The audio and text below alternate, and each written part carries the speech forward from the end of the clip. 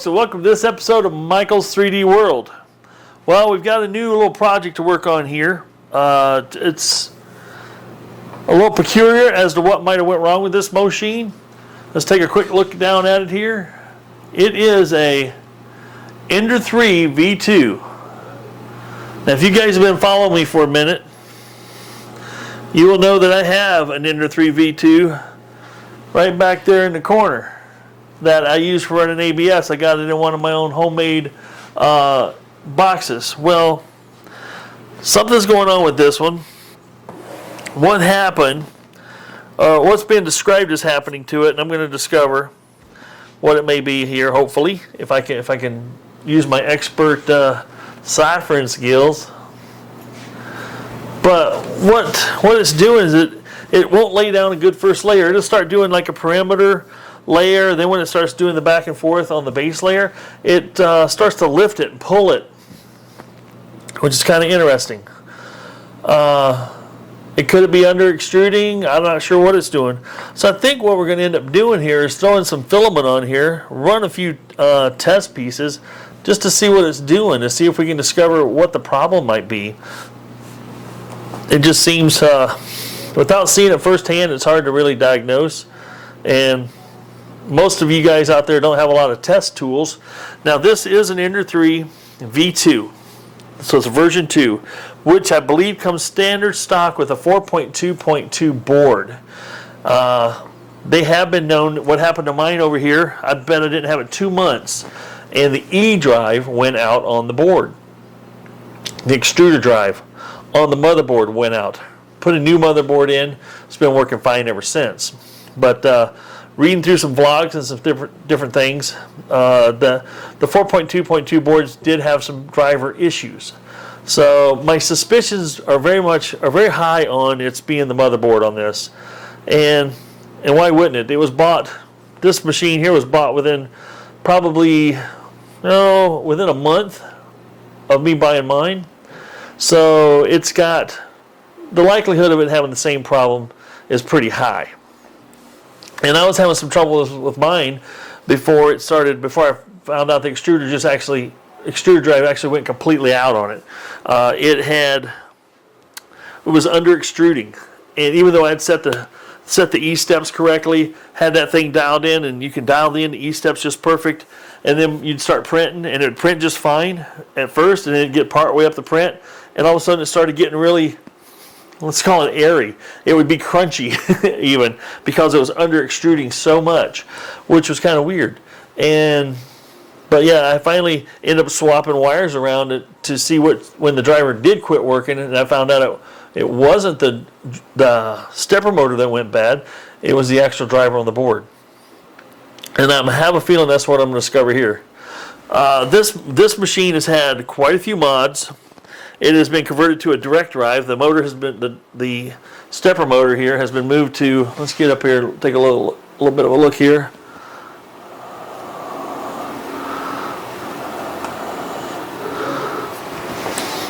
The stepper motor, you guys be patient with me. I've got a new camera I'm trying out, I'm trying to get used to, and I'm trying to get things to stay focused and give you guys some much better quality video than I've been giving you in the past. Also, I've actually using a new lavalier mic by Comica. I'm not sponsored by those guys, but if they want to send me some free stuff, I'm welcome to try it out. Anyway, trying to get you guys some better sound, better pictures. But what we got here is a Noctua fan for cooling off the hot end for the heat break, and then we've got a squirrel cage style fan to do the tip. And that's been changed over from the factory stuff. And the direct drive, basically this direct drive here, if you wanted to, you could bolt it right back over onto this surface, back where it was, and it would work just fine. Just add a Bowden tube back to it, and you're right back to factory stock there. Just because it's hard to see what's going on here, I do like it. It's a dual gear, all metal dual gear driver, which is great. I'm really tempted just to switch this back to a Bowden tube, but I'm not sure why. I almost want to keep an eye on what's going on. I think I do want to take this hot end apart here, and I want to take a look at how things are going inside there as well, because it may, I don't know, something may be a little squirrely in there. I think I'm going to take this apart first. So let's go ahead and do that. I'm going to take that apart, and we'll go from there.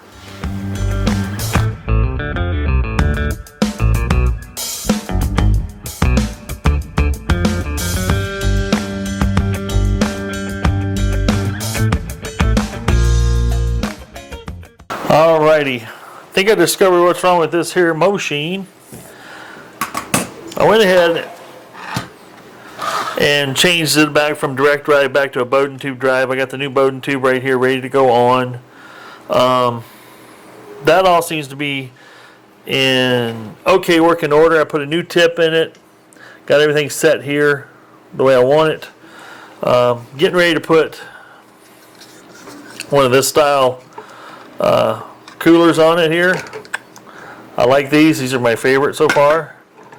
All this will be down in a link below in the comments.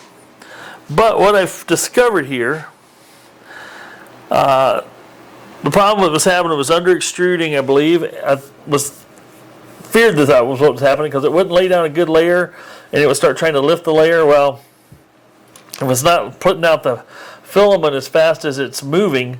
It will actually cool and start lifting and moving the part. So I've got a piece right here cut off flush.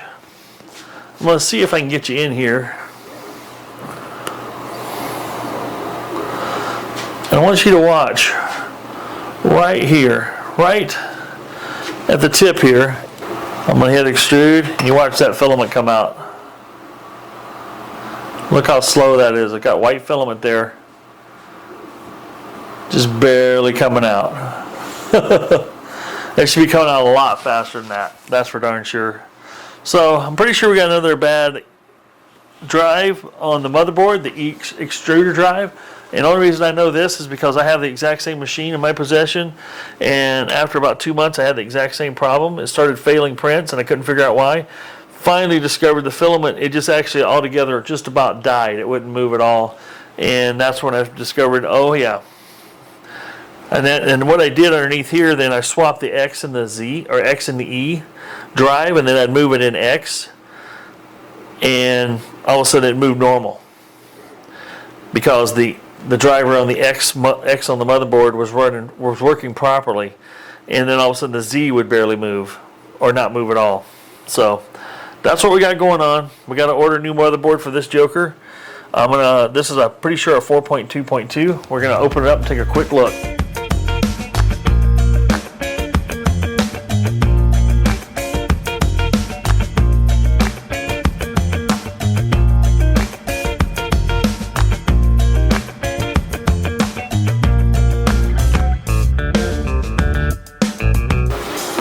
Yep, this is a 4.2. Let me see if I can get you in here really close. I want to see how this our new camera works for me.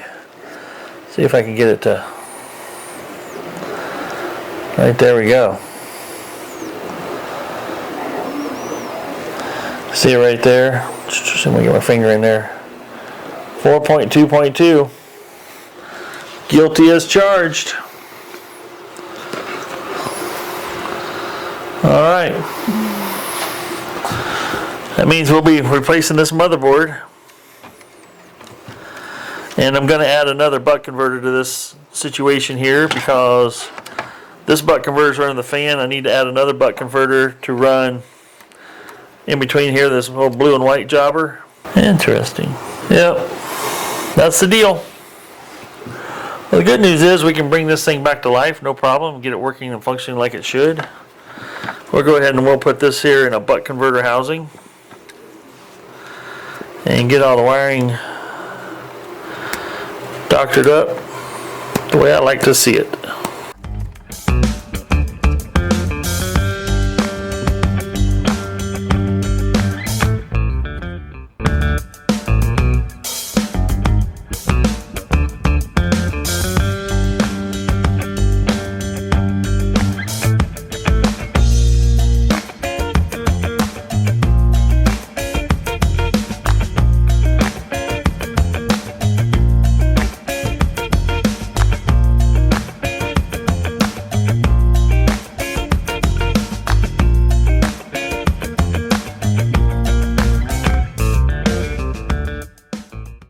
Alright, let's catch you up to what I've done to this thing so far.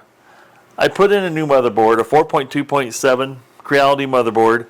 It's plug and play. Switched out all the wires on it, directly straight across. The only other thing I've done underneath here now is I've got two buck converters in here. One to control the nozzle fan, the one to control the hot end fan. Thermal brake fan, whatever you want to call it. And then the other one I put on here is for the Raspberry Pi power supply. I've got this one, these two are knocked down from about 20 volts down to 12 volts for the fans. This one's knocked down from about 20 volts. This is coming directly off the power supply.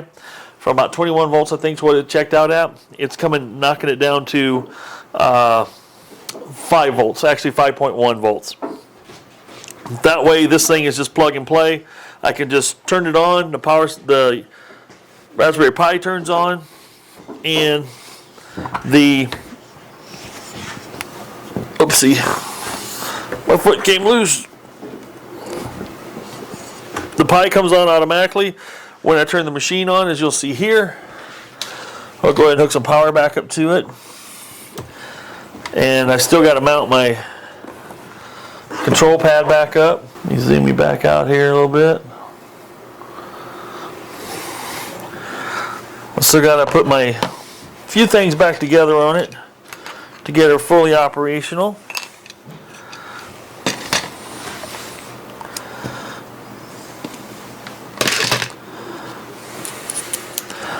Now what I did discover on the bottom of this machine, it had been modified with a 9010 Noctua fan, which is kind of unusual, not unusual, but it's unusual that it went bad. I put power to this thing and it did not go. I put same plug-in, same everything, put a different fan. I've got an 80 by 20 fan in there right now. I printed a new bottom cover. It had a cover like this in it.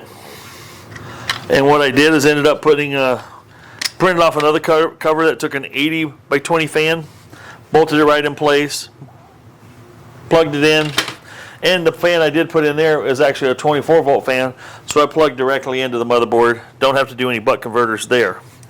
Let's go ahead and get this thing remounted. Alrighty, let's power it on and see what we got. Hopefully will get us all the good green lights to go.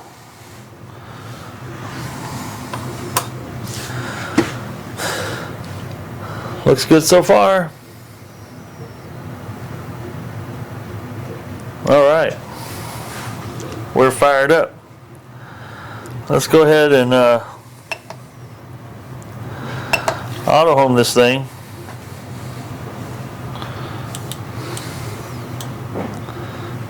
Then we'll level the bed.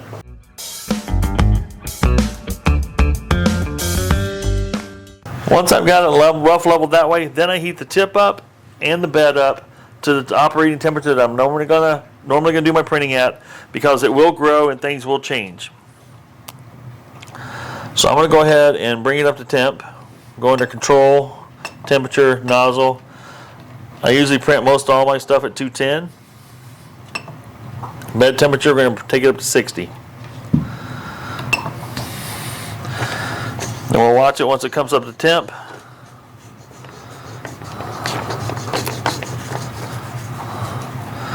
I'll go ahead and at that moment in time I'll home it just to make sure I haven't moved anything by accident.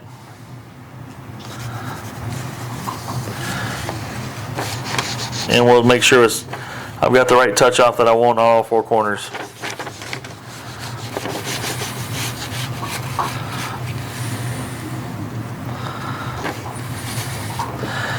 Then we'll clean the bed and we'll actually start ourselves a print.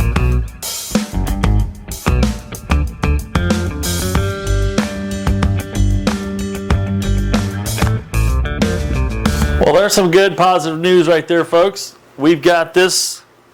I printed the XYZ calibration cube with success, no flaws. Actually came out pretty decent. Now we're going to move it to its home spot where it's going to live, and we're going to print some longer prints and see how those turn out. But pretty optimistic so far. The repair has been good. These 4.2.2 boards from Creality have known to go bad with extruder drivers or stepper drivers, But also the fact that this fan failed didn't help a thing at all either. So now that we got a new fan, new motherboard, hopefully we get a lot more life out of this here machine. This machine isn't that old to start with, so let's get it into its home and start some other longer prints and see how it turns out. All right, folks, I hope you enjoyed that video. Didn't go into a great amount of detail because I looked through my channel. Everything that's been done here I've done in other videos, and they're more specific about the motherboards and different things like that.